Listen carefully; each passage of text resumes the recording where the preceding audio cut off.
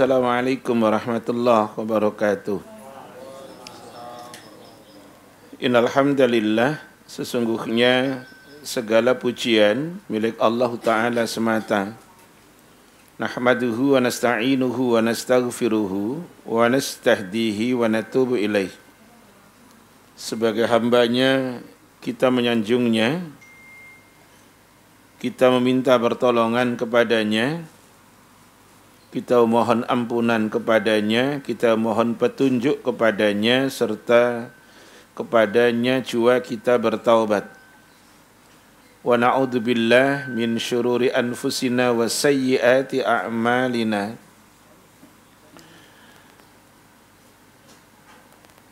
Kita berlindung kepada Allah dari diri yang buruk dan dari segala amal yang buruk pula. May yahdihillahu fala mudhillalah wa may yudlil fala hadiyalah. Barang siapa yang Allah Ta'ala berikan petunjuk, maka tidak ada seorang pun yang dapat menyesatkannya. Dan siapapun yang Allah Ta'ala sesatkan, maka tidak ada seorang pun pula yang dapat menunjukinya. Nashhadu an la ilaha illallah wahdah la syarikalah. Kita bersaksi bahwa tidak ada ilah yang diibadahi dengan benar, melainkan Dia Allah Ta'ala semata, Dia yang esa dan tidak ada sekutu untuknya dengan sesuatu apapun jua. Wa nashhadu anna Muhammadan abduhu wa rasuluhu sallallahu alaihi wasallam wa ala alihi wa ashabihi ajma'in wa man tabi'ahum bi ihsanin ila yaumiddin. Bersaksi pula kita bahwa Nabi Muhammad adalah hambanya Allah dan utusannya Allah. Doa kita semoga rahmat dan keselamatan Allah Ta'ala limpahkan kepada beliau. Rahmat dan keselamatan semoga terlimpah untuk keluarganya beliau.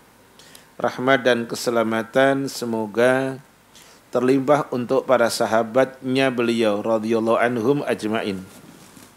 Dan semoga rahmat beserta keselamatan Allah Ta'ala limpahkan kepada siapapun yang tetap mengikuti langkah mereka dengan baik hingga kiamat kelak. Ya ayyuhalladzina amanu ittaqullaha haqqa tuqatihi wa la tamutunna illa wa antum muslimun.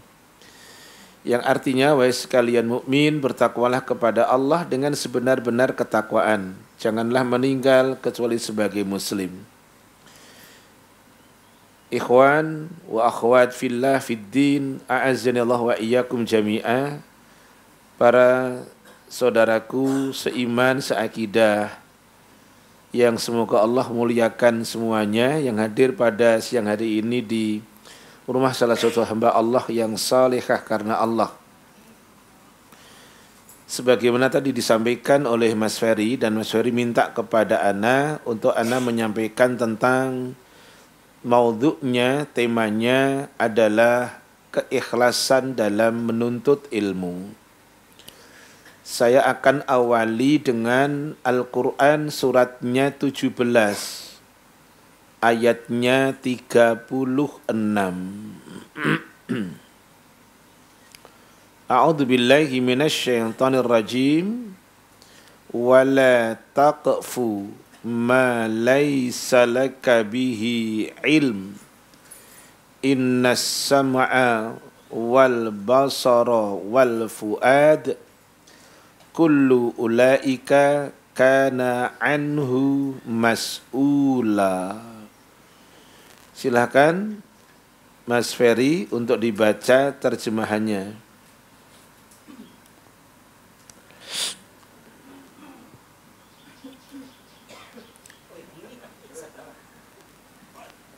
Guyon itu. Dan janganlah kamu mengikuti sesuatu yang tidak kamu ketahui, karena pendengaran, penglihatan, dan hati nurani, semua itu akan diminta pertanggungjawabannya. Saya akan awali dari ayat ini. Tadi kita sama-sama mendengarkan satu bentuk kata kerja larangan. Bahasa Arabnya fi'il nahi. Larangan dari Allah, jangan kamu melakukan sesuatu yang kamu tidak punya ilmunya. Jadi segala sesuatu mutlak pasti harus adanya ilmu. Baik untuk urusan dalam urusan keduniaan, pasti akan memerlukan ilmu, termasuk ketika apalagi dalam urusan beribadah kepada Allah Ta'ala, mutlak harus menggunakan ilmu. Di dalam ayat 36 tadi, ada 3 yang Allah Ta'ala sebut. 1, pendengaran. 2, penglihatan. 3, hati nurani. Itulah yang Allah Ta'ala sebut.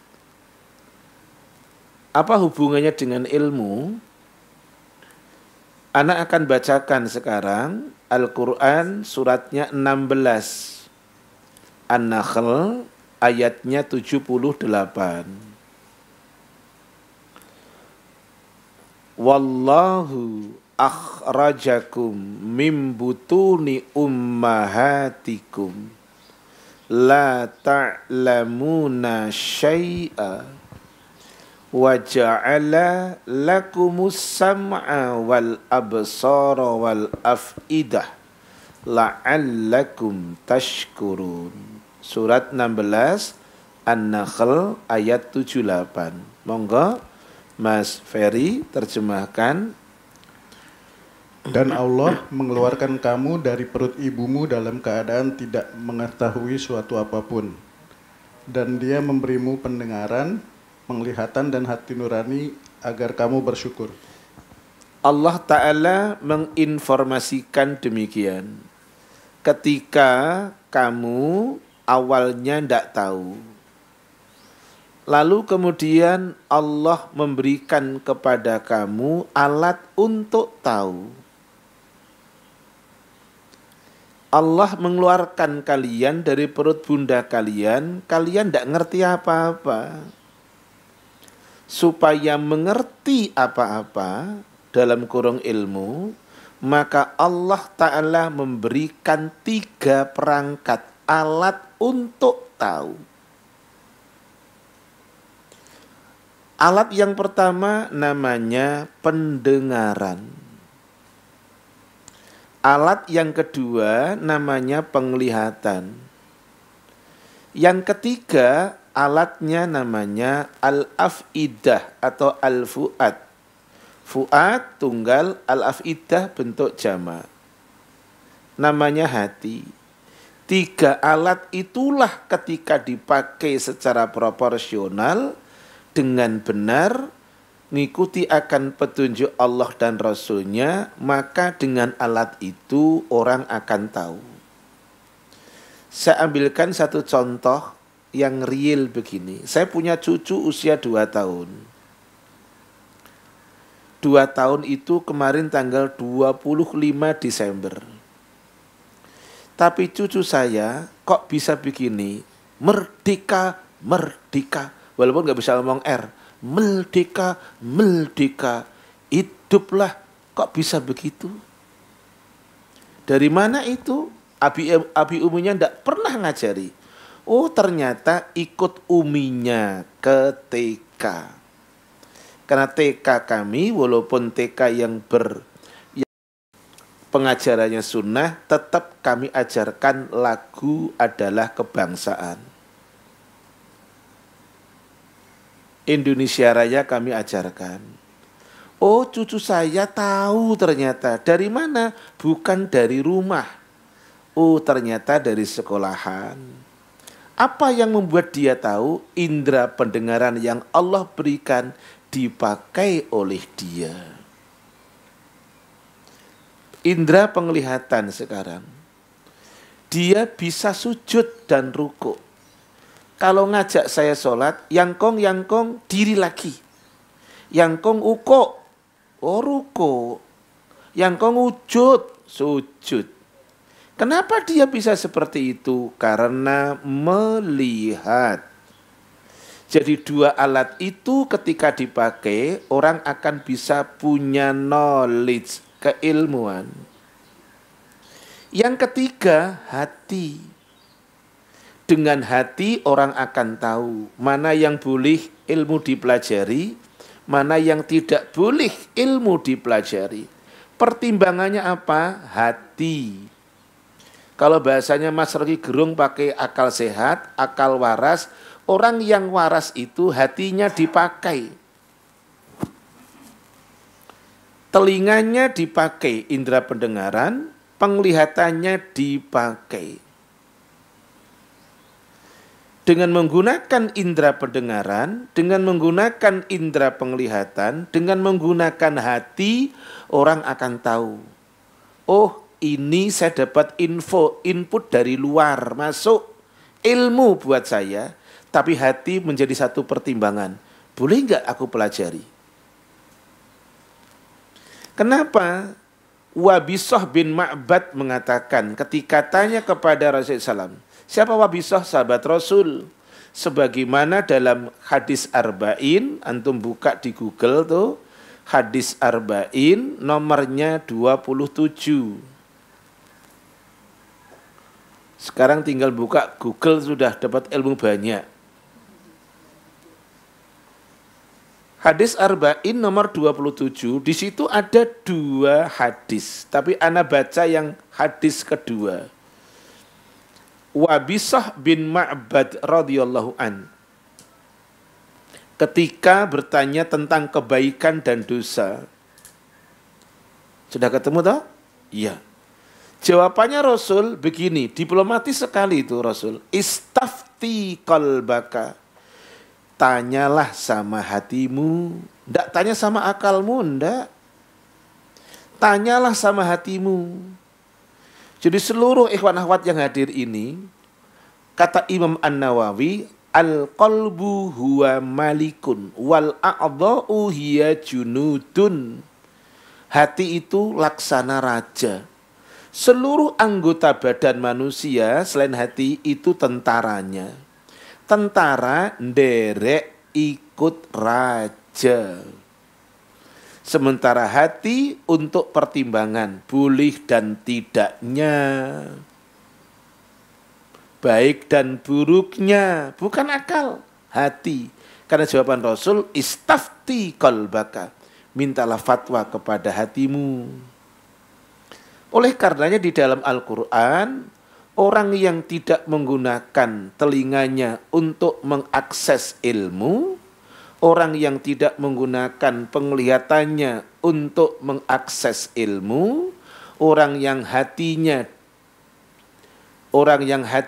tidak dipakai untuk sebagai pertimbangan ini boleh atau tidak, kata Allah seperti binatang ternak, jelek. Dalilnya mana? Suratnya 7 ayat 179.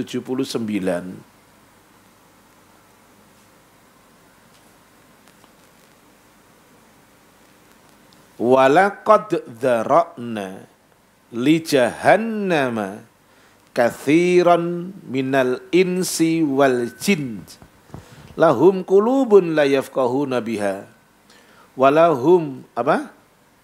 A'yunun la yubsiruna biha walahum adhanun la yasma'una biha ulaika kal an'am bal hum adall ulaika humul ghafilun. Artikan Mas Ferry. Dan sungguh kami isi neraka jahanam banyak dari kalangan jin dan manusia. Betul. Mereka memiliki hati tetapi tidak dipergunakannya untuk memahami ayat-ayat Allah. Dan mereka memiliki mata tetapi tidak dipergunakannya untuk melihat tanda-tanda kekuasaan Allah. Dan mereka mempunyai telinga tetapi tidak dipergunakannya untuk mendengar ayat-ayat Allah. Mereka seperti hewan ternak, bahkan lebih sesat lagi. Dan itulah orang-orang yang lengah. Inilah 3 alat yang sudah Allah kasih. 3 material yang sudah Allah kasih, yang harus dimanfaatkan secara optimal, secara maksimal, terkait dengan ilmu. gunakan pendengaran untuk mendengar yang Allah ridho, gunakan mata untuk melihat yang Allah ridho, gunakan hati secara benar, ini boleh atau tidak. Kaitannya dengan ilmu. Ada satu hadis yang secara umum, jadi saya ulang, bahwa mutlak tidak bisa tidak, mesti harus dengan ilmu. Karena Allah saja menyuruh Rasulnya supaya berilmu, mengetahui. Artinya tidak boleh taklid, tidak boleh ikut-ikutan. Sebagaimana kata Allah dalam Quran surat 47 di pangkal ayatnya 19. Fa'lam annahu la ilaha illallah wastaghfir li dzambika walil mu'minin, dan seterusnya. Suratnya 47 Muhammad. Monggo. Jadi tidak boleh ikut-ikutan. Silakan. Ayat 19 surat 47 surat Muhammad. Maka ketahuilah bahwa tidak ada Tuhan yang patut disembah selain Allah, dan mohonlah ampunan atas dosamu dan atas dosa orang-orang mukmin, laki-laki dan perempuan, dan Allah mengetahui tempat usaha dan tempat tinggalmu. Ini dalil. Mana dalilnya? Pangkal ayat tadi. Fa'lam, ketahuilah oleh engkau Muhammad. Apa yang diketahui? Kalimat la ilaha illallah. Jadi mengucapkan kalimat la ilaha illallah tidak boleh ikut-ikutan. Mesti dengan syarat ilmu. Yang goyang kepala, pakai ilmu juga. Yang manggut-manggut, pakai ilmu juga. Entah sumbernya ilmu dari mana, semua pakai ilmu. Tapi ketika hati dipakai, akan tahu ini boleh, ini tidak. Ini bid'ah, ini sunnah. Semua pakai ilmu. Tanya sama yang suka ngambil dompet orang itu ketika di bis. Pakai ilmu itu. Ilmunya copet itu, ilmu maling cuma 2. Kentut sama batuk. Orang maling kok batuk ketahuan. Artinya semua pakai ilmu. Yang mereka yang malam Jumat baca apa? Mereka yang malam Jumat baca Al-Kahfi, mereka yang Jumat baca Yasin, apa saja. Semua pakai ilmu. Yang jadi masalah, ilmu itu diajarkan oleh sang teladan atau tidak. Taib. Sekarang ada satu hadis dari Abu Hurairah radhiyallahu an. Semoga Allah meridhoinya. Rasulullah SAW bersabda, "Waman salaka tariqan yaltamisu fihi ilman, sahhalallahu lahu tariqan ilal jannah." Hadis dikeluarkan oleh Al-Imam Muslim. Dan barang siapa yang menempuh jalan, baik yang dari Jakarta, yang dari Bekasi, yang dari Depok, yang dari mana saja, waman salaka, nggak usah ngeyel, saya nggak jalan Ustadz, saya naik mobil, itu namanya al-ngeyeliyu wal ngototiyu, itu namanya. Hadisnya bunyinya jalan, tapi kan aktualisasi jalan kan bisa naik kendaraan, ya kan? Saya ulang, waman salaka tariqan yaltamisu fihi ilman. Siapa yang berjalan, menempuh jalan untuk menuntut ilmu, menggapai ilmu, sahhalallahu lahu bihi tariqan ilal jannah.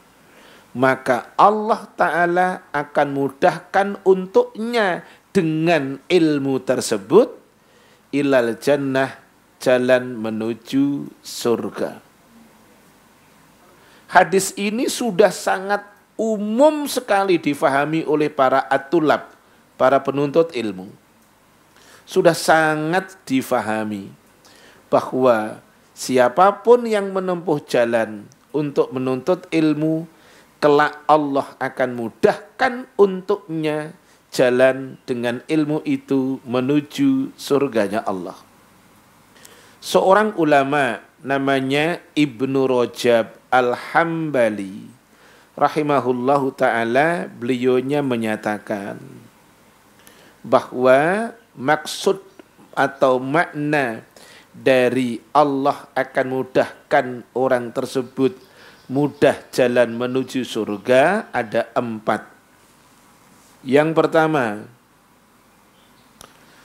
fa'in salaka tariqa talibil ilmi sahalallahu lahu dukhulal jannah. Artinya dengan menempuh jalan mencari ilmu, Allah akan memudahkan masuk surga. Berarti mutlak, tidak bisa tidak, belajar dalam urusan agama khususnya harus. Tidak bisa tidak. Ada fardu ain, ada fardu kifayah. Tetapi sebelum kata ain, sebelum kata kifayah, fardu. Artinya mesti dipelajari. Baik itu ain artinya per individu mesti tahu, atau fardu kifayah, yaitu ketika orang lain sudah mengetahuinya, maka yang lain gugur akan kewajibannya.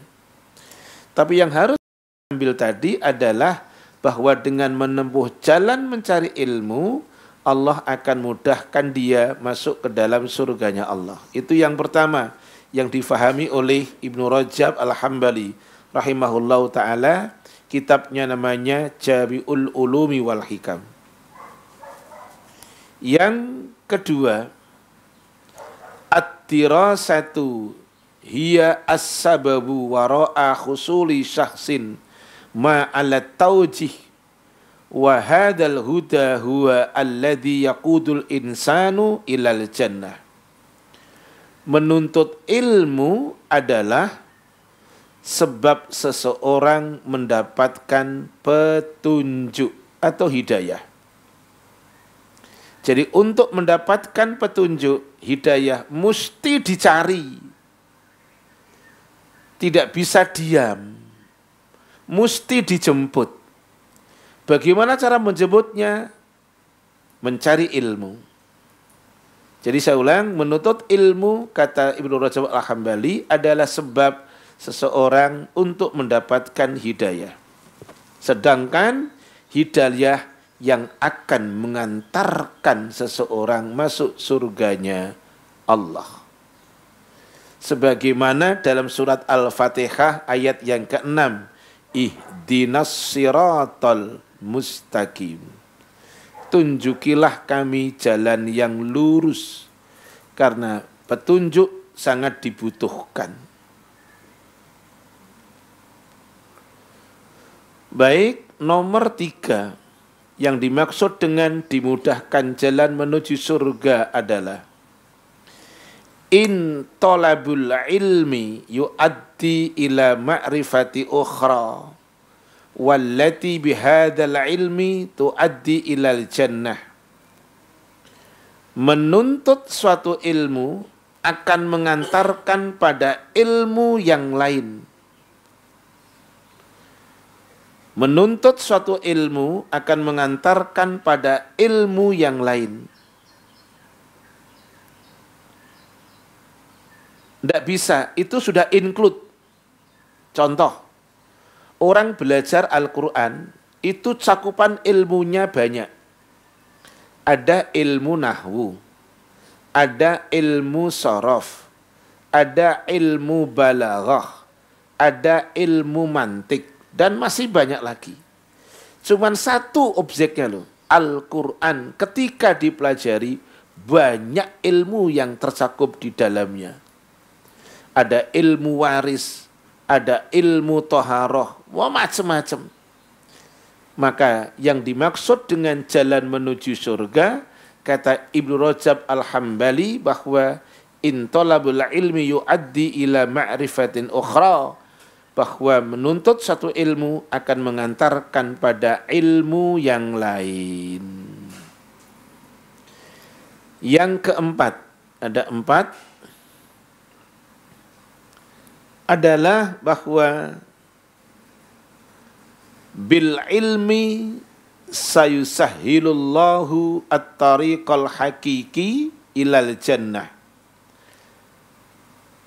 Dengan ilmu Allah akan memudahkan jalan yang nyata menuju surga, yaitu saat melewati sirat. Sirat itu adalah jalan yang terbentang antara neraka dengan surga. Jadi Allah akan mudahkan kelak untuk melewati sirat yang terbentang sirat itu antara surga dengan neraka. Caranya apa? Yaitu dengan menuntut ilmu. Ikhwan akhwat fillah, a'azzana wa iyyakum jami'a, saudaraku yang semoga Allah berikan kemuliaan kepada antum semuanya, bahwa segala sesuatu termasuk menuntut ilmu dibutuhkan keikhlasan. Apapun dibutuhkan keikhlasan. Ini yang akan kita bahas. Beberapa makna ikhlas. Yang pertama, ikhlas adalah tajridu qasdit taqarrubi ilallahi ta'ala an jami'is syawaibi. Ikhlas adalah semata-mata mendekatkan diri kepada Allah dari semua kotoran-kotoran atau noda-noda. Itu ikhlas. Jadi semata-mata mengikhlaskan, mendekatkan diri kepada Allah.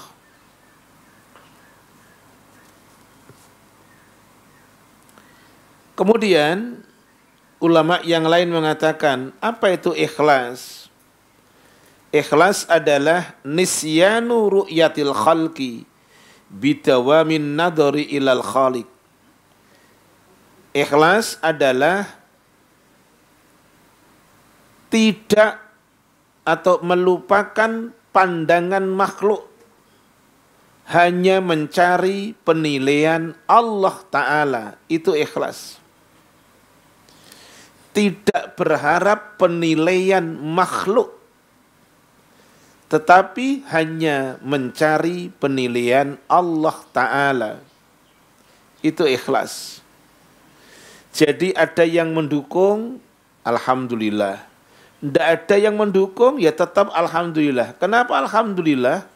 Karena sudah dikasih kesempatan oleh Allah untuk talabul ilmi. Ada yang mendukung, alhamdulillah. Ada yang mengapresiasi, alhamdulillah. Ada yang gembosi, alhamdulillah. Bahasanya harus kita pakai EGP. Apa itu? Nah, gitulah kira-kira. Pokoknya tujuan kita hanya itu, minta penilaian dari Allah Ta'ala. Jangan cari penilaian dari makhluk. Kemudian disimpulkan oleh ulama, wal ikhlasu syartun liqabulil amalis salih al muwafiqi li sunnati Rasulillah sallallahu alaihi wasallam. Ikhlas adalah syarat untuk diterimanya amal salih. Ikhlas adalah syarat untuk diterimanya amal salih. Sudah jauh-jauh dari Jakarta, dari Depok, dari Bekasi, datang ke kota wisata, Cibubur, kalau tidak ada ikhlas, dapatnya cuma lemper sama tahu bakso. Itu pun kalau kebagian. Jadi menanamkan ikhlas memang tidak mudah. Makanya Dhunnun al-Misri, berarti tahu negaranya, Dhunnun al-Misri mengatakan, Ikhlas itu adalah nisyanul a'malis salihah allati sabaqat al-qiyamu biha. Ikhlas adalah melupakan amal soleh yang pernah diperbuat dan tidak usah diingat-ingat lagi. Itulah ikhlas. Nisyanul a'malis salihati allati sabaqat al-qiyamu biha. Itu ikhlas. Melupakan amal baik yang pernah kita kerjakan, tidak diungkit-ungkit, enggak diungkap-ungkap. Maka dalil secara umum tentang ikhlas adalah Al-Quran suratnya 39 ayatnya 2. Az-Zumar. Besok lain kali kalau ngundang saya materi sing rodok menggigit gini loh. Ojo datar-datar kayak gini lah. Sing rodok kira-kira jenengan akan tergigit-gigit gitu loh, ya dah? Ya, ngono. Jadi karena ini kitab yang saya pakai, ini kitab datar-datar saja. Apa kitabnya? Tazkiyatun Nufus. Ya walaupun kita butuh membersihkan jiwa, kita butuh, tetapi bahwa saya ingin yang mengenalkan sunnah secara utuh, nah, gitu loh. Yuk, monggo silakan. Surat 39 ayatnya 2. Az-Zumar. Sesungguhnya kami menunjukkan kitab Al-Quran kepadamu Muhammad dengan membawa kebenaran. Maka sembahlah Allah dengan tulus dan ikhlas beragama kepadanya. Ini perintah Allah secara pribadi kepada Rasulnya SAW supaya hidup dalam melakukan kegiatan ibadah itu ikhlas. Saya cuma ingin gini, memberikan batasan ibadah begini. Menurut Ibnu Taimiyah, ada yang tahu nggak kira-kira apa itu pengertian ibadah? Menurut Ibnu Taimiyah, apa toh? Ini kayak pertanyaan mungkar nakir berat kayaknya. Saya ulang. Ada yang tahu? Jenengan ngaji di Al-Hujjah itu kan sudah 2 abad itu. Nah, itu ketuanya namanya. Kalau ketuanya sibuk. Iya. Oh, teman SMP. Oh, jadi. Tapi teman SMP SMA tapi kan sudah 2 abad kalau nggak salah. Atau 1 windu lah. Waalaikumsalam warahmatullahi.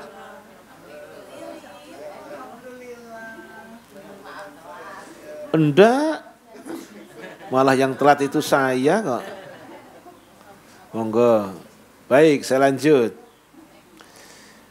Ibadah, yuk difahami. Ibadah menurut Ibnu Taimiyah adalah nama atau sebutan untuk apa saja yang Allah Ta'ala cintai dan Allah Ta'ala ridhoi. Baik ucapan, saya ulang. Ini namanya peserta kajiannya sudah 40 tahun ke atas, jadi harus diulang-ulang. Ibadah adalah ismun jami'un likulli ma yuhibbuhullahu wa yaradah, al-zahiratu wal batinatu minal aqwal wal a'mal. Ibadah adalah nama atau sebutan untuk apa saja yang Allah Ta'ala cintai dan Allah Ta'ala ridhoi. Baik ucapan maupun perbuatan, baik zahir maupun batin. Jadi ikhwan akhwat sekarang punya satu pengertian. Ternyata ibadah tidak hanya bentuknya wudu, ibadah tidak bentuknya adalah sholat, ibadah bentuknya apa saja. Yang penting Allah cinta, Allah ridho. Hadirnya kita hari ini dengan silaturahim, tentu Allah akan ridho kalau disertai dengan keikhlasan. Itu tadi disampaikan. Apa itu ikhlas? Nisyanu ru'yatil khalqi bidawamin nadari ilal khaliq. Ikhlas itu melupakan penilaian makhluk. Bahasanya nggak ngaruh. Kamu menyanjung saya, nggak ngaruh buat saya. Sanjungan kamu nggak ngaruh. Tidak disanjung juga nggak ngaruh buat saya. Nisyanu ru'yatil khalqi. Melupakan penilaian makhluk. Tapi bidawamin nadori ilal khaliq. Tapi selalu mencari penilaian Allah. Untuk mendapatkan penilaian Allah, tentu harus mengikuti maunya Allah. Apa itu? Ikhlas. Taib, lanjut. Ada satu hadis di sini, ikhwan akhwat fillah, dari Abu Umamah Al-Bahili radhiyallahu an. Beliau berkata, Ja'a rajulun, datang seorang laki-laki ila Rasulullah SAW, kepada Rasul SAW, faqal. Laki-laki tadi nanya kepada Rasul, kalau yang kakinya kesemutan boleh selonjor? Boleh. Benar enggak? Daripada kakinya dilus-lus gini toh, boleh selonjor. Monggo, yuk selonjor berjamaah boleh. Enggak apa-apa. Antum boleh, tenang aja. Enggak apa-apa, tenang aja. Nah, tuh. Yang biasanya rodok malu itu yang langsung berhadapan dengan anak. Padahal enggak apa-apa, bener wes. Boleh. Wong jenengan tertutup aurat ini kok. Ya, saya ulang. Duh, sampai selonjor baru dibahas coba ya. Anda ulang. Laki-laki ini, kata Abu Umamah Al-Bahili radhiyallahu an, nanya kepada Rasul, ya Rasulullah, aro'aita, apa pendapatmu Rasul? Apa penilaian engkau wahai Rasul? Rajulan ghaza yaltamisul ajra wa dzikra malahu. Ada orang laki-laki Rasul, dia ikut berperang. Dia mengharapkan pahala dan ingin tenar. Malahu, apakah dia mendapatkannya Rasul? Tanya laki-laki itu kepada Rasulullah SAW. Faqala Rasulullah, maka Rasul mengatakan, la syai'alahu, dia enggak dapat apa-apa. Fa'adaha thalatha marratin. Laki-laki tadi menanyakan Rasul, ada seorang ikut berperang. Dia ingin mendapatkan ketenaran di balik yang dia kerjakan Rasul. Apakah dia mendapatkan? Wa yaqulu Rasulullah SAW, la syai'alahu, tidak dapat apa-apa.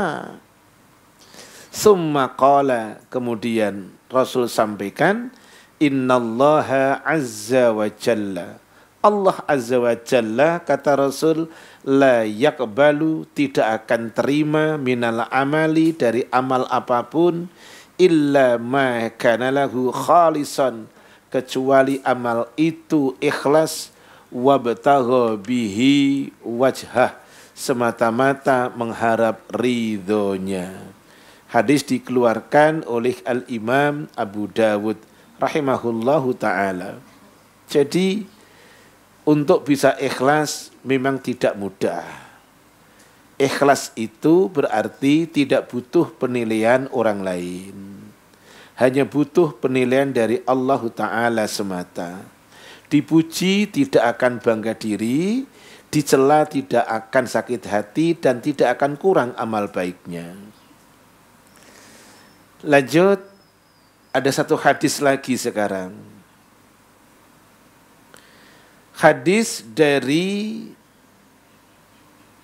Hadisnya ini adalah sahih.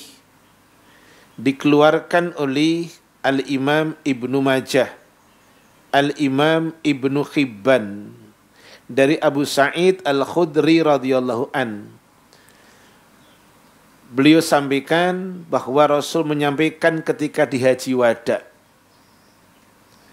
Beliau sampaikan, kata Rasul, nadharallahu imra'an sami'a maqalati fawa'aha. Semoga Allah membahagiakan. Semoga Allah mencerahkan, Bahasa Sundanya, mana orang Sunda? Tak ayak. Ada orang Sunda? Ayak lah.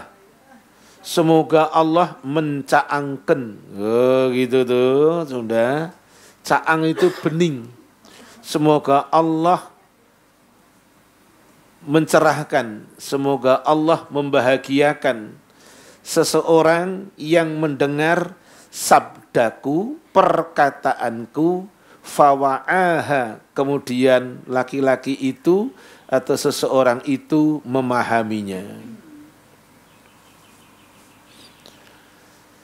Lanjut, farubba hamilin fikhin laisa bifakihin. Kata Rasul, berapa banyak orang yang membawa ilmu, pemahaman, tapi ia sendiri tidak memahaminya. Bahasanya orang Jawa, jarkoni. Umu sebelah kanan saya nanya, begini, apa itu? Apa itu jarkoni? Antum dari mana aslinya? Oh, Sulawesi. Sulawesi itu nggak bisa ngomong ustad, bisanya ustaz. Sulawesi itu saya tahu. Karena saya mimpin umroh, salah satu travel yang saya pimpin itu punya orang Pinrang dan Bone. Baik. Saya ulang, farubba hamilin. Monggo silakan masuk. Belum telat, belum benar kok. Belum, silakan. Waalaikumsalam warahmatullah. Tafadhali. Udkhuli. Monggo. Nak ganteng Mas Soleh, monggo sayang. Iya, monggo Mas. Mohon maaf ya, saya yang mengumumkan ya. Mendengarkan kajian boleh sambil makan, boleh. Sekarang pun enggak apa-apa. Benar boleh. Tuan rumahnya belum ngasih tahu masalahnya, silakan makan, bener deh. Di tempat lain itu saya begitu. Yang enggak boleh makan ustadznya. Muncrat nanti. Yuk, sudah jalan. Yuk. Farubba hamili fikhin laisa bifakihin. Berapa banyak orang yang nenteng ilmu. Berapa banyak orang yang membawa pemahaman. Tapi dia sendiri tidak memahaminya. Maksudnya apa? Dia punya ilmu, tapi dia tidak menjadi pelaku ilmu itu. Dan dalam Quran dikatakan kabura maktan indallahi an taqulu ma la taf'alun. Suratnya 61 ayatnya 2 dan 3. Silakan. Suratnya 61, surat As-Saff. Ini putranya juga. Salam, Cah Bagus. Masya Allah. Ini kakak. Masya Allah. Mana tadi umunya tadi? Ganteng-ganteng ya Bener. Ganteng-ganteng kok. Yo. Ya, ayat 2 dan 3 surat 61. Wahai orang-orang yang beriman, mengapa kamu mengatakan sesuatu yang tidak kamu kerjakan? Itu sangatlah dibenci di sisi Allah. Terus, jika kamu mengatakan apa-apa yang tidak kamu kerjakan. Ini bicara ilmu. Berapa banyak orang yang membawa ilmu, pemahaman, tapi dia tidak memahaminya, tidak menjadi pelakunya. Lanjut, hadis Rasul, salasun la yahullu alaihinna qalbu mri'in mu'minin. Ada 3 hal yang hatinya mukmin tidak pernah mengkhianatinya. Kata Rasul, ada 3 perkara yang hatinya mukmin tidak pernah khianat. Responsif berarti. Adaptif berarti. Apa itu yang pertama? Ikhlasul amali lillah. Yang pertama adalah hatinya mukmin tidak pernah khianat untuk urusan ikhlas beramal karena Allah. Yang tadi Anda sampaikan bahwa ikhlas itu dikatakan nisyanu ru'yatil khalqi bidawamin nadari ilal khaliq, melupakan, meniadakan, melupakan penilaian makhluk, hanya semata-mata selalu mencari penilaian sang pencipta. Kata Dzunun al-Misri, nisyanul a'mali salihah allati sabaqat al-qiyamu biha, melupakan amal baik yang pernah dikerjakan. Tidak usah diungkit-ungkit lagi, tidak usah. Terus, yang nomor 2, hatinya mukmin tidak pernah khianat. Yang kedua, yaitu al-munasihatu li'a'immatil muslimin, selalu menasehati kaum muslim. Selalu menasehati kaum muslim. Jadi kalau sayang dengan kaum muslim, menasehati. Soal dia ambil atau tidak, responsif atau tidak, terima atau tidak, bukan wilayah yang menasehati. Karena Rasul hanya sebatas menasehati. Rasul hanya menyampaikan soal akan menjadi muslim dan tidak, bukan wilayah Rasul Muhammad. Nyatanya pamannya meninggalnya tidak dalam keadaan mengucapkan kalimat la ilaha illallah. Yang ketiga, hati mukmin tidak pernah berkhianat dalam urusan luzumu jama'atihim. Masyarakat mukmin selalu menjunjung tinggi jamaah. Apa itu jamaah? Bukan sholat berjamaah. Jamaah artinya adalah menjunjung tinggi akan sunnah-sunnah yang dijalankan oleh mereka para sahabat Rasulullah SAW radhiyallahu anhum ajma'in. Jadi sunnah-sunnah yang dijalankan oleh mereka para sahabat itu adalah dijalankan. Bahkan Ibnu Mas'ud radhiyallahu anhu mengatakan, apa itu jamaah? Jamaah itu ukurannya, parameternya tidak banyak. Beliau sampaikan, Ibnu Mas'ud mengatakan, adalah ma wafaqal haqqa wa in kunta wahdak. Orang yang menetapi kebenaran sekalipun dia sendirian, itu jamaah. Nih, Sulawesi langsung manggut. Senang aku, Rek. Jamaah adalah siapapun yang menetapi kebenaran sekalipun sendirian. Yang lain tidak ada yang mendukung. Yang lain nggak responsif. Yang lain gembosin.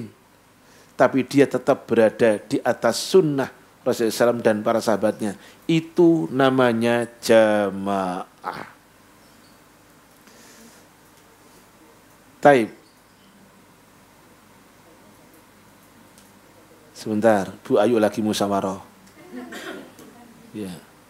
Lanjut, sekarang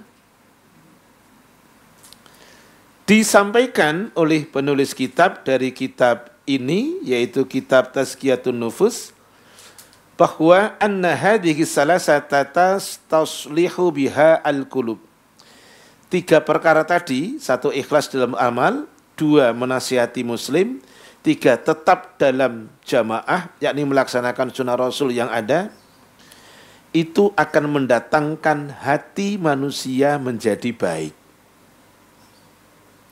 3 perkara tadi, 1 ikhlas, 2 selalu menasihati muslim, 3 selalu di dalam sunnahnya para sahabat Rasulullah SAW, sekalipun sendirian, taslihu biha al-qulub, itu akan bisa menjadikan hati menjadi baik. Faman takhallaqa biha tahura qalbuh. Siapa yang berakhlak dengan 3 tadi, maka hatinya akan bersih minal khianat, dari khianat. Jadi yang dibutuhkan adalah diantaranya keikhlasan dalam beramal. Lanjut, ini ada 1 ayat Allah Ta'ala adalah bahwa disampaikan oleh penulis kitab demikian, la yatakhallasul abdu minasyaitan illa bil ikhlasi.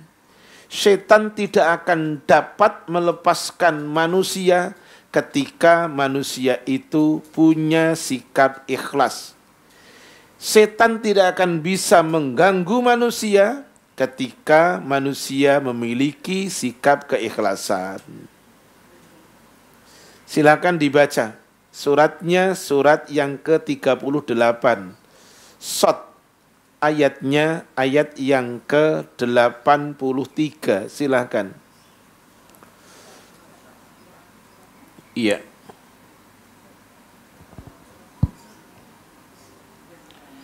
Kecuali hamba-hambamu yang terpilih di antara mereka.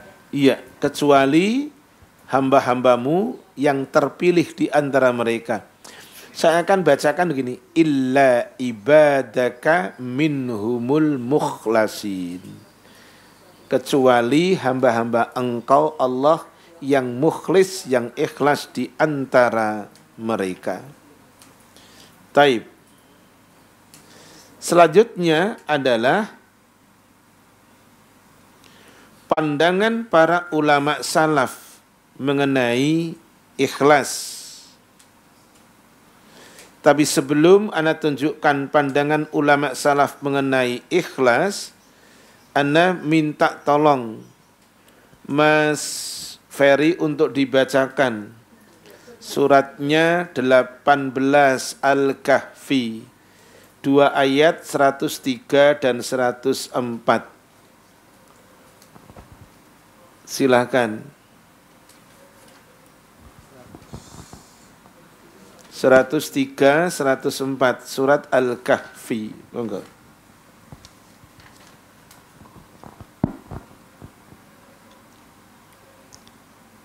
Katakanlah Muhammad, apakah perlu kami beritahukan kepadamu tentang orang-orang yang paling rugi perbuatannya? Terus?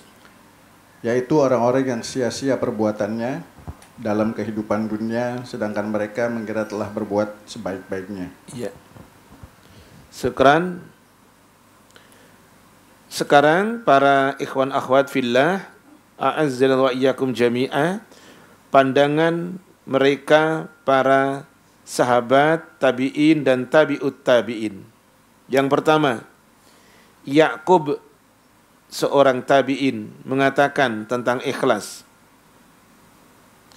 Al-mukhlisu man yaktumu hasanatahu kama yaktumu sayyi'atahu. Orang yang ikhlas itu adalah orang yang dapat menyembunyikan kebaikannya sebagaimana dia menyembunyikan keburukannya. Kebaikan disembunyikan, tidak ditampak-tampakkan, sebagaimana ia bisa menyembunyikan akan keburukan. Pertanyaannya begini, jenengan jangan terjebak dengan pertanyaan saya. Bolehkah menampakkan amal baik? Boleh. Boleh. Saya senang tuh, bagian syuting tuh mantap tuh jawabannya. Boleh. Boleh. Dalilnya surat apa? Ah itu nggak tahu saya. Aku juga nggak tahu, makanya saya nanya. Boleh ya? Alasannya kenapa? Oh, supaya jadi contoh buat orang lain. Dalilnya, monggo jangan baca. Suratnya Al-Baqarah. Ayatnya 271 kalau enggak 272. Jika kamu nampakkan Al-Baqarah. Itu 271 atau 272? 271, silakan. Jika kamu menampakkan sedekah-sedekahmu, maka itu baik. Dan jika kamu menyembunyikannya dan memberikannya kepada orang-orang fakir, maka itu lebih baik bagimu. Dan Allah akan menghapus sebagian kesalahan-kesalahanmu. Dan Allah Maha teliti terhadap apa yang kamu kerjakan. Menampakkan boleh. Karena riya dan tidak wilayahnya adalah hati seseorang. Maka di dalam Al-Quran surat 93 ayat 11 terakhir, surat Ad-Duha, wa amma bi ni'mati rabbika fahaddis. Maka adapun dengan nikmatmu, maka ceritakan dalam rangka untuk bersyukur. Tadi Mas bagian syuting tadi mengatakan adalah untuk tadi untuk menyemangati orang, untuk mencontoh dirinya. Tapi kunci awal adalah karena hati itu berbolak-balik. Ingat ya, karena hati itu rentan untuk berbolak-balik, maka doanya minta kepada ownernya hati. Ya muqallibal qulub, sabbit qalbi ala dinik. Wahai zat yang membolak-balikkan hati, tetapkan hatiku untuk tetap dalam agamamu. Karena berubah, karena amal itu bagaimana akhir bukan awal. Taib, lanjut. Seorang yang bernama As-Susi rahimahullahu ta'ala, al-ikhlasu faqdu ru'yatil ikhlas. Ikhlas adalah yaitu tidak merasa berbuat baik. Ikhlas adalah satu perasaan tidak merasa berbuat baik, berbuat ikhlas. Saya belum berbuat baik. Tidak mengatakan diri saya baik, itu adalah ikhlas. Fa inna man syahada fi ikhlasihi al-ikhlas faqad ihtaja ikhlasuhu ilal ikhlas. Sesungguhnya orang yang menyaksikan akan keikhlasannya, maka berarti keikhlasannya masih membutuhkan keikhlasan. Ngerida? Siapa yang menyaksikan akan keikhlasan dirinya, masih mencari-cari keikhlasan dirinya, maka sejatinya dia itu masih membutuhkan keikhlasan atau penilaian orang lain. Ikhlas itu ya sudah, yaktumu hasanah. Kebaikannya tutup, tidak usah diungkit-ungkit lagi. Itu ikhlas. Kemudian selanjutnya Ayyub rahimahullah. Ini bukan nama nabi, seorang tabi'in. Takhlisun niyah, mengikhlaskan niat alal ummali, atas orang-orang yang beramal, asyaddu alaihim min jami'il a'mal, adalah jauh lebih berat bagi mereka daripada melakukan amal itu sendiri. Saya ulang, bahwa memurnikan niat bagi orang yang beramal itu jauh lebih berat daripada melakukan amal itu sendiri.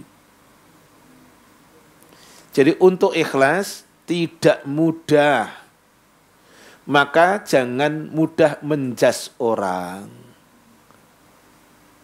Karena untuk supaya betul-betul lillahi ta'ala itu adalah perlu kesungguhan. Makanya Allah nyuruh kepada Rasulnya supaya lelah menjadi lillah.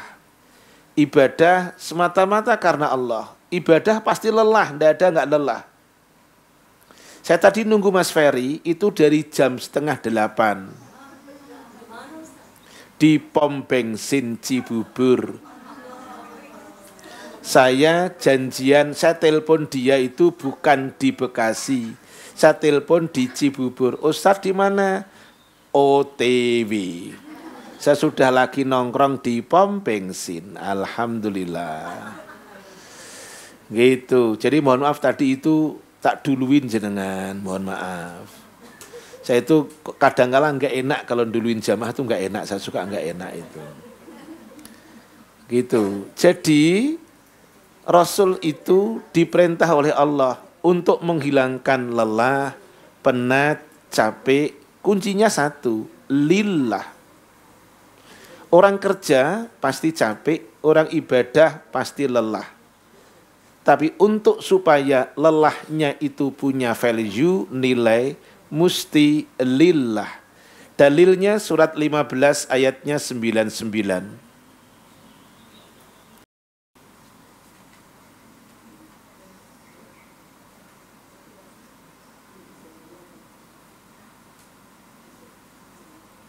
Silakan.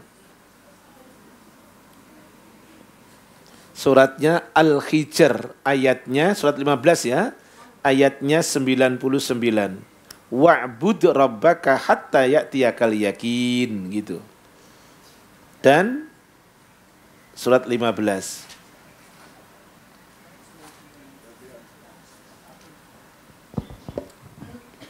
Dan sembahlah Tuhanmu sampai yakin ajal datang kepadamu. Mana Ustadz kata ikhlas? Sembahlah Tuhanmu. Objeknya jelas, sembahlah, arahkan kepada Tuhanmu. Supaya punya nilai, lelahnya bisa punya nilai, capeknya punya nilai. Karena orang kerja pasti capek. Nyari ma'isyah itu capek, tidak bisa tidak.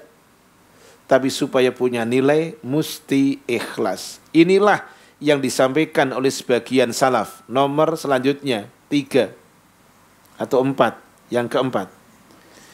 Ikhlasu sa'atin najatul abad.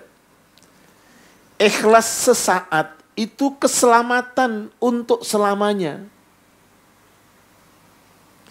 Ikhlas sesaat, sebentar aja. Itu adalah keselamatan abadi. Sementara untuk ikhlas itu dibutuhkan pergulatan di dalam diri. Amal itu bagaimana akhir bukan awal. Innamal a'malu bil khawatim, kata Rasul. Walakin al-ikhlasu azizun. Kata sebagian salaf, untuk ikhlas itu sangatlah berat. Tidak mudah. Maka ketika orang bisa ikhlas sesaat saja, najatul abad. Itu keselamatan yang abadi. Tidak mudah. Selanjutnya dikatakan kepada Suhail, seorang ulama salaf. Dia ditanya, ayyu syai'in asyaddu 'alan nafsi? Apa yang berat buat jiwa?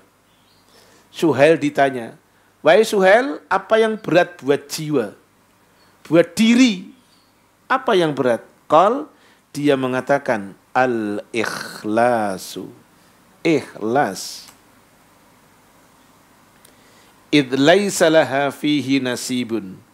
Karena keikhlasan tidak punya bagian apapun dari amal yang dikerjakan. Itu. Jadi mesti ikhlas. Berat sekali. Suhail ditanya, apa yang berat-berat jiwa? Wahai Suhail, ikhlas. Tidak gampang. Selanjutnya, seorang yang bernama Fudail bin Iyad, seorang tabi'in ini. Tarkul amali min ajlin nasi riyaun. Meninggalkan amal soleh, meninggalkan amal baik, meninggalkan amal jelek, karena manusia itu riya. Riya itu syirik kecil. Meninggalkan amal baik, yang baik ataupun tidak baik, aku nggak enak dengan dia. Meninggalkan amal karena manusia itu dinilai riya. Kenapa nggak dilakukan? Nggak enak aku sama dia. Al-amalu min ajlin nasi syirkun.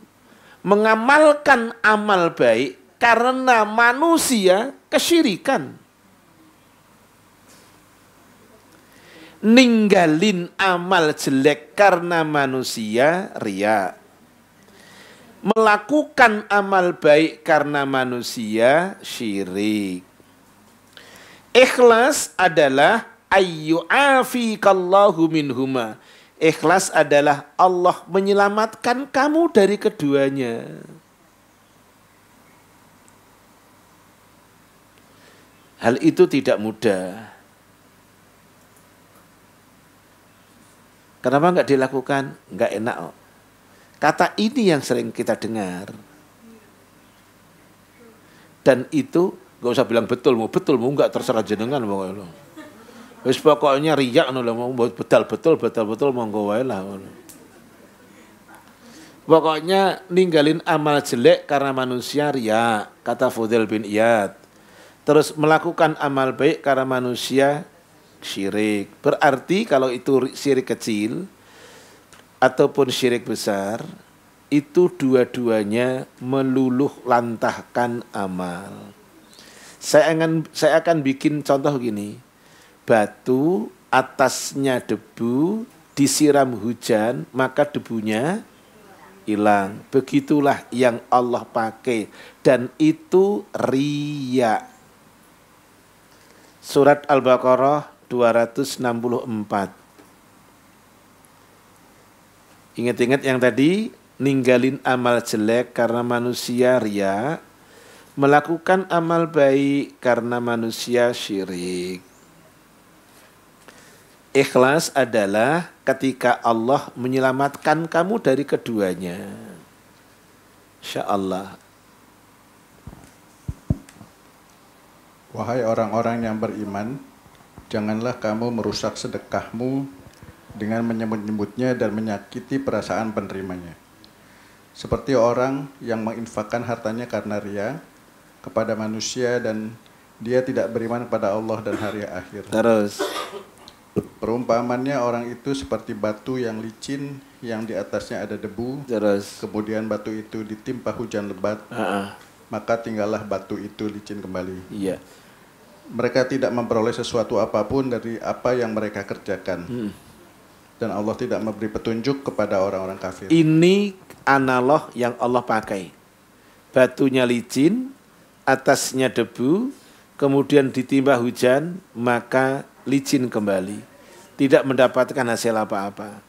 Terakhir ayat yang dibaca oleh Mas Ferry, semuanya untuk dicatat. Suratnya 76, maaf. Suratnya 76, ayatnya 8 dan 9. Ini ikhlas. Silakan Mas Ferry. Naam, 8 dan 9 suratnya 76. Dan mereka memberikan makanan yang disukainya kepada orang miskin, anak yatim dan orang yang ditawan. Terus sambil berkata, sesungguhnya kami memberi makanan kepadamu hanyalah untuk mengharapkan keridhaan Allah.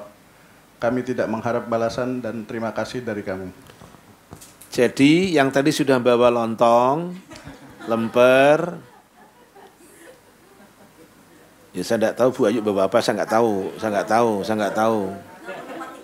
Loh, enggak, saya enggak tahu. Pokoknya yang tadi bawa lontong, lemper, mie goreng, macam-macam. Nanti kok pulangnya piringnya kosong.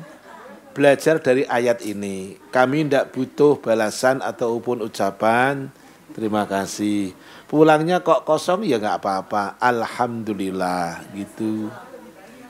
Dah.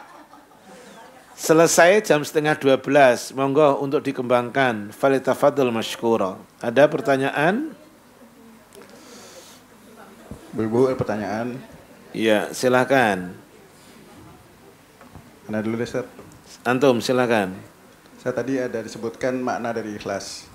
Ikhlas adalah semata-mata mendekatkan diri kepada Allah dari kotoran dan noda. Iya. Bisa dijelaskan spesifik kotoran dan nodanya itu bentuknya seperti apa, Ustaz? Noda dan kotoran itu adalah yang mengotori hati. Karena wilayahnya ikhlas itu di hati. Wilayah ikhlas, makanul ikhlas itu al-qalbu.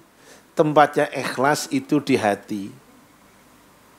Walaupun orang mengucapkan saya ikhlas, tapi ketika hatinya itu banyak kotorannya, tidak akan ikhlas. Oleh karena itu, yang perlu dilatih adalah hati. Sementara yang punya hati, ownernya Allah. Minta aja sama Allah. Minta sama Allah. Ya muqallibal qulub, sabit qalbi ala dinik. Ya Allah, jadikan hati ini untuk selalu bersih dari riya dan lain sebagainya, dari sum'ah, dari ujub dan lain sebagainya. Gitu minta sama Allah. Kotoran hati banyak, bohong, kemudian riya, kemudian ujub, bangga diri, macam-macam. Banyak sekali kotoran hati. Salah satu caranya bersih adalah tentu dengan tadi berdoa kepada Allah Ta'ala. Doanya diantaranya tadi. Taib. Jadi yang mesti dibersihkan hati kita. Taib. Ada lagi? Silakan.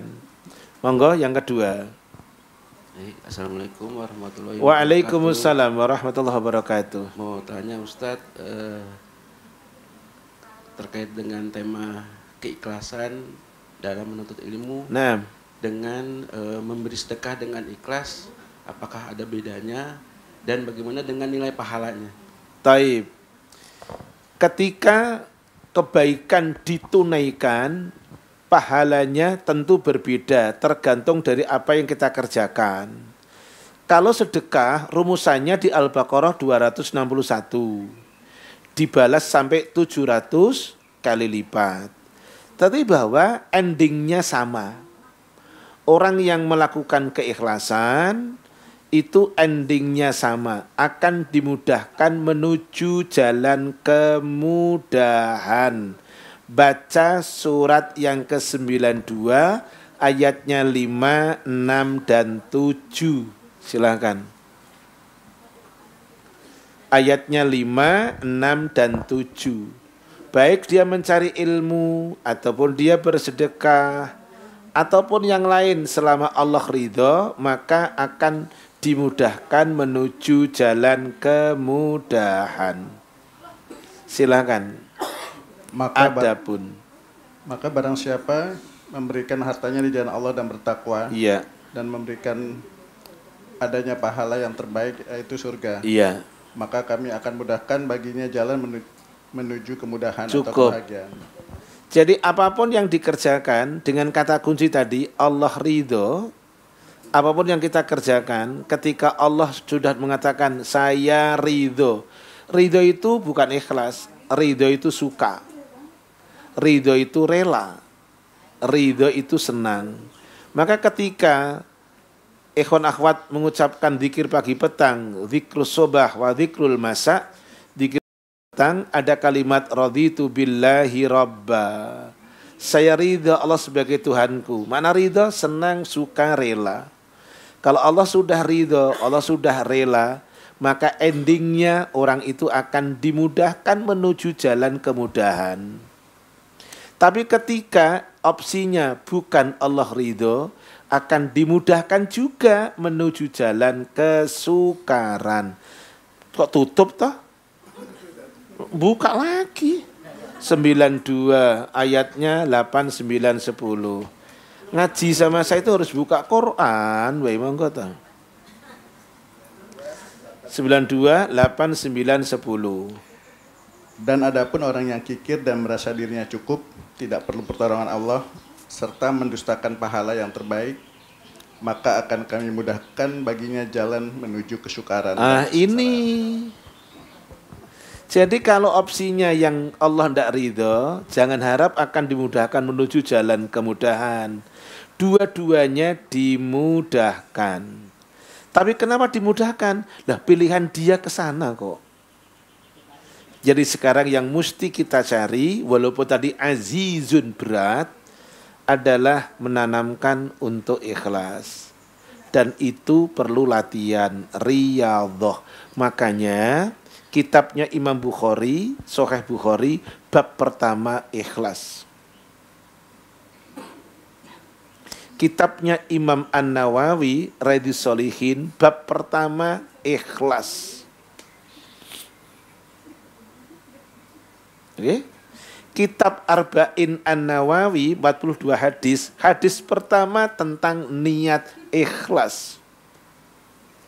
Dan ternyata ikhlas mengantarkan 3 orang yang tadinya masuk ke dalam gua, tidak bisa keluar. Kemudian mereka masing-masing bertawasul dengan amal ikhlasnya, 3-tiganya keluar dari gua. Benar tak? Benar kan? Aja asal manggut loh, jangan asal manggut loh ini. 1, orang masuk gua, ya Allah, saya dulu punya orang tua, saya buatkan susu untuknya, tidak kuberikan kepada keluargaku. Ya Allah, kalau itu ikhlas, keluarkan kami dari tempat ini. Pintu gua belum terbuka, baru bergeser sedikit. Yang kedua, ya Allah, aku punya sepupu yang cantik yang aku cintai. Akan aku lakukan hubungan yang keji. Tinggal melakukannya. Kemudian sepupu mengatakan, jangan engkau pecahkan cincin ini kecuali dengan cara yang benar. Jika ya Allah, aku tidak jadi melakukan perbuatan keji karena ridho engkau, ikhlas ya Allah, keluarkan aku dari tempat ini. Pintu gua bergeser. Tiga-tiganya belum keluar. Yang ketiga, seorang pengusaha, orang yang punya karyawan, sekian tahun gajinya tidak diambil, dikembangkan oleh tuannya, berupa onta, sapi, kambing, dan sebagainya, budak. Kemudian dia datang mengambilnya. Tuannya mengatakan, andaikan ya Allah aku ridho kepada engkau, ikhlas, keluarkan kami. Tiga-tiganya akhirnya keluar. Kata kuncinya, ikhlas solusi masalah. Enggak ada lagi. Dah, ada lagi? Silakan. Baik, tuan rumah. Tuan rumah Bu Pipit, tuan rumah, saya tahu wajahnya, udah ngerti. Udah tahu, semua ngapal. Oh, enggak. Silakan. Ya, Assalamualaikum warahmatullahi wabarakatuh. Waalaikumsalam warahmatullahi wabarakatuh. Ustadz mau tanya, Nah. kalau kita misalnya baru-baru menuntut ilmunya nih, baru-baru udah berumur-umur gini nih Ustadz nih. Nah, alhamdulillah. Nah, ketika belum bisa mengajarkan anak dulu waktu kecil-kecil tuh dengan baik, ilmu ya apa yang sebenarnya, misalnya anak-anak dulu besar nih, ilmu apa yang harusnya kita udah telat nih ngasih taunya ke anak kita, dan bagaimana pertanggungjawaban sebagai orang tua kalau yang ternyata dulu tuh kita nggak ngasih ilmu yang belum baik secara agama. Syukran. Saya akan bacakan tafsir Mas Ferry yang membuka untuk dalilnya. Saya bagian membaca tafsirnya, yaitu suratnya 66 dibuka ayatnya 6. Ayat yang ke-6. Monggo.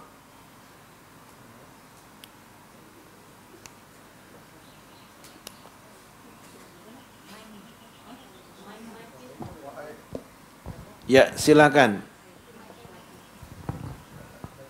Monggo. Yuk, Mas Ferry. Ini dalil pertanyaan dari Ukhti Pipit. Monggo.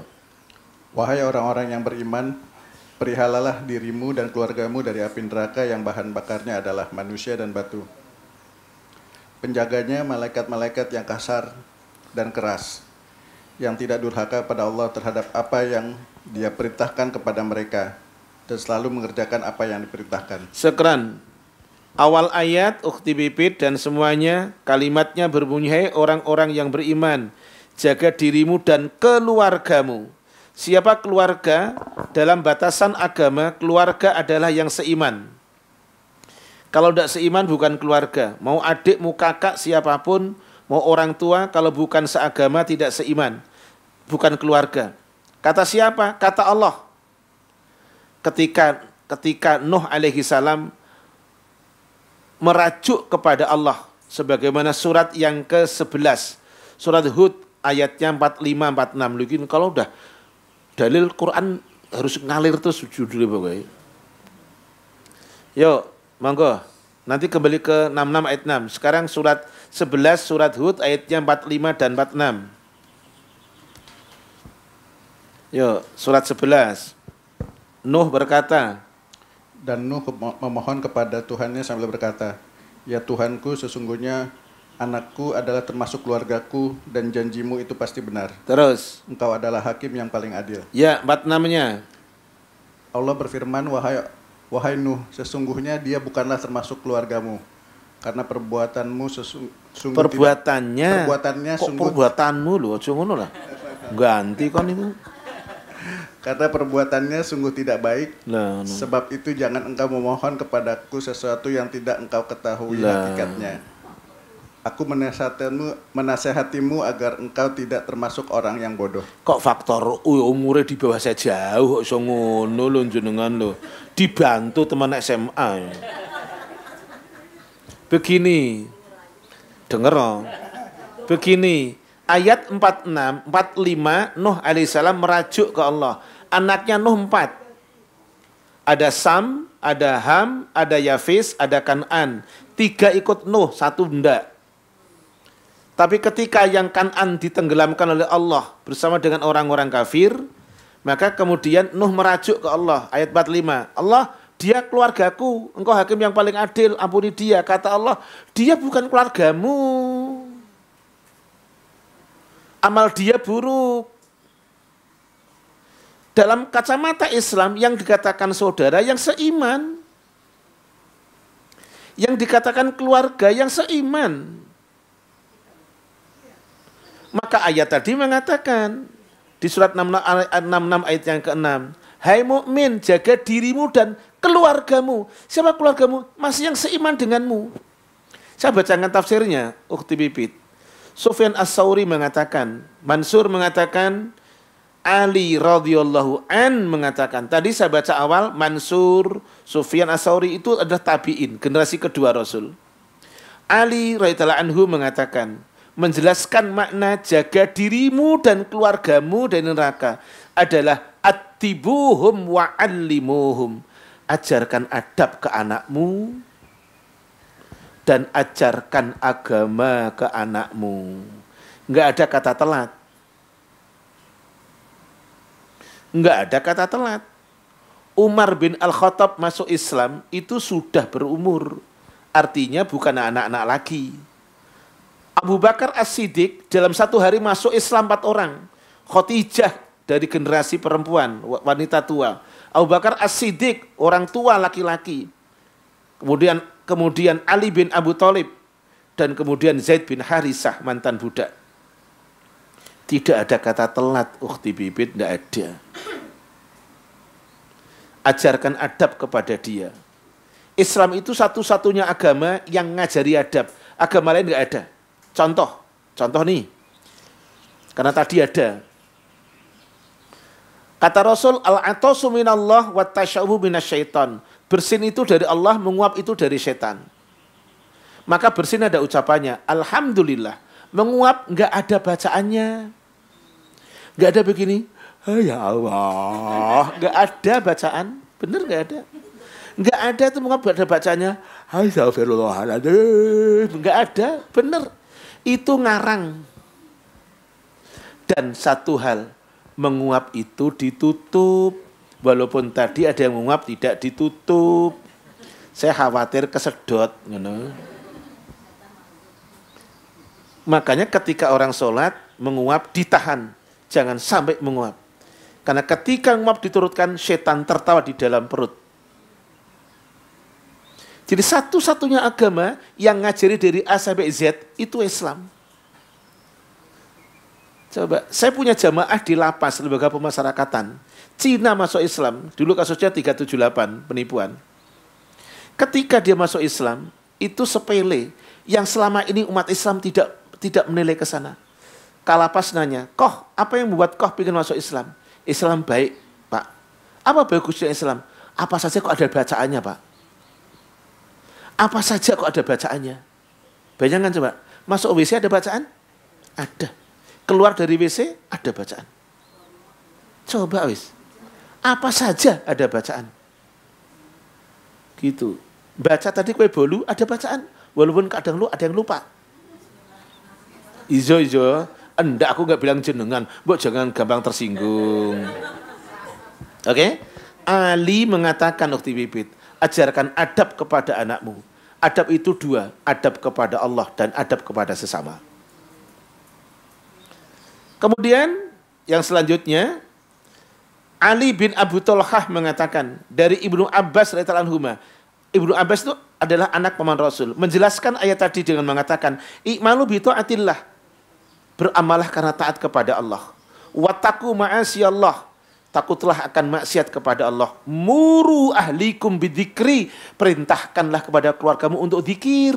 Ingat kepada Allah. Yunjikumullahu minan nar. Kalau keluargamu ingat sama Allah, berzikir sama Allah, Allah akan selamatkan kamu dari neraka. Zikir itu bisa dengan lisan, itu diantaranya paling utama sholat. Muru ahlikum bidzikri, perintahkanlah keluargamu untuk zikir. Yunjikumullahu minan nar. Lanjut, Mujahid seorang tabi'in generasi kedua menjelaskan ittaqullaha, bertakwalah kepada Allah, wa ausu ahlikum, berpesanlah kepada keluargamu bitaqwallah, untuk selalu takwa kepada Allah. Jadi bahasanya apa? Komunikasi secara intens orang tua kepada anak. Komunikasi kapan saja. Selalu berpesan. Dan ingat, putra-putra yang ganteng, yang soleh, yang solehah, di dalam Quran surat Al-Baqarah ayat 181. Saya bacakan terjemahannya. Nanti daripada faktor U, ya kan? Al-Baqarah 181.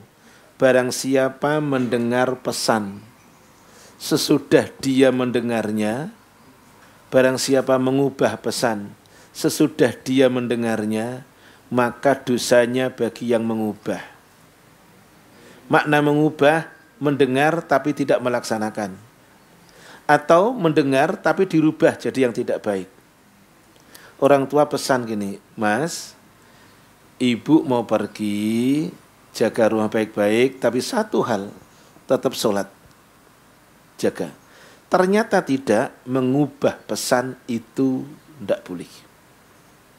Tapi 182 mengubah pesan boleh kalau si pemberi pesan cenderung tidak adil atau menyelisihi syariat. Berhubung sudah hampir jam 12 ditutup, jadi pertanyaan terakhir dari tuan rumah. Karena jangan bilang nggak berasa, karena ada masakan. Hari ini ada masakan. Iso Bu Ayu iku bener wis. Bisa aja deh beliaunya itu. Yuk. Makasih, terima kasih, syukran bikutubikum fi hadzal makan. Makasih atas kehadirannya di rumah yang semoga Allah berkahi ini. Keluarganya selalu dalam lindungan dan naungan Allah. Buah hati yang ganteng, buah hati yang cantik, yang solehah, semoga menjadi qurrata a'yun buat sang bunda. Ya, ya. Dan itu Rabbana hablana min azwajina itu, ya. Makasih untuk semuanya. Subhanaka Allahumma hamdik asyhadu an la ilaha illa anta astaghfiruka wa atubu ilaik. Assalamualaikum warahmatullahi wabarakatuh.